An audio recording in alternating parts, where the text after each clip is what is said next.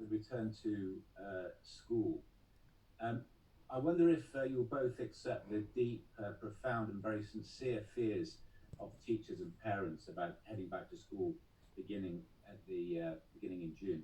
And for you, Minister, this question: when so much has quite obviously gone wrong with the government's leadership of this crisis, track and tracing, PPE, care homes, uh, you can't really blame teachers for not believing you when it comes to returning to school.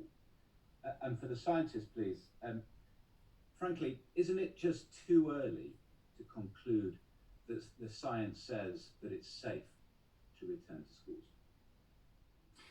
Well, John, it won't surprise you to know that I don't share your caricature of the government's approach in this. Of course, there have been challenges along the way in these extraordinary times we're in on a number of fronts. Other countries have experienced similar challenges.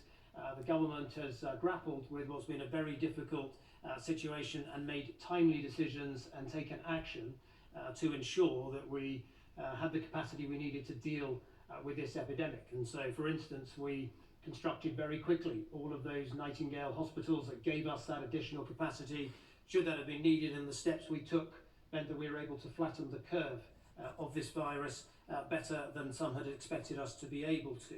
But on the specific issue of schools, we're working very closely with the teaching unions and with school leaders on our approach to this.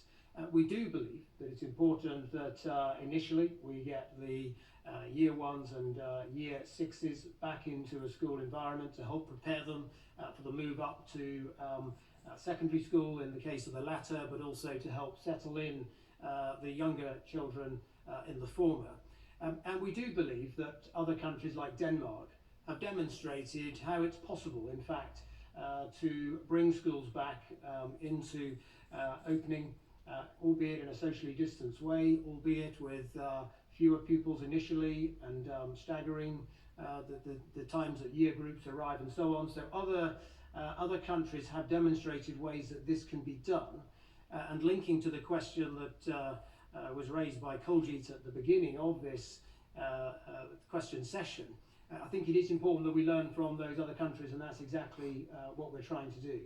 My final point is we should bear in mind that throughout all of this crisis, I completely understand that there is apprehension and anxiety of those who are being asked to return to work, but there are some sectors, like the NHS, like police, like the food sector, who have continued to work, and in the case of the food industry have continued to work and done so successfully by putting in place social distancing measures. So we don't underestimate that there are challenges and that there's a job to do to reassure people, but we do believe it's right to embark on this as other countries have. Angela, do you want to add anything? Yes, thank you, John. Scientists have been very clear in our advice that changes to lockdown, as we modelled them, need a highly effective track, trace and isolate system to be in place. And we're also very clear that any change to social distancing measures should be based upon observed levels of incidence in places that those are going to be changed, not on a fixed date.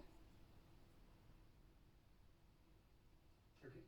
John, is there anything else you wanted to pick up to each of you? To the scientists, as I understand it, the track and trace will not be in place, fully in place, by the 1st of June. So does that affect the scientific advice you're giving? Will it be safe to reopen schools?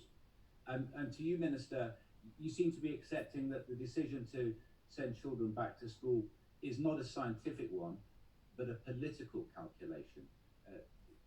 Even if that means that there is an aspect of risk for the children. So we're getting a full update on Thursday of exactly what's going to be in place and when. So perhaps you seem to be party to knowledge that I'm not party to. I'm going to wait and to see what I get told on Thursday about what's going to be in place by when. And John, look, it's absolutely the case that as we evolve our policy from lockdown to something more nuanced, with easements being progressively rolled out in several stages over the course of this summer, of course, absolutely we are following the science on this. And just as other countries like Denmark, who've also embarked on a similar journey, are also following the science. So I don't accept that it's putting the science to one side, but it is absolutely the case that all of us are going to have to live alongside this virus for some time to come. And we do need to try to live our lives and identify ways of returning to work as far as possible, and to put in place those social distancing measures. And that's what's happening. It's what's happened from day one in supermarkets, as people will have seen. It's what's happened in day one in the NHS, who've obviously been dealing with people affected by the virus. And it's the case that as other walks of life get back to something closer to normality, we do have to identify ways of doing that while observing the social distancing. The next question is Andy Bell from Channel 5.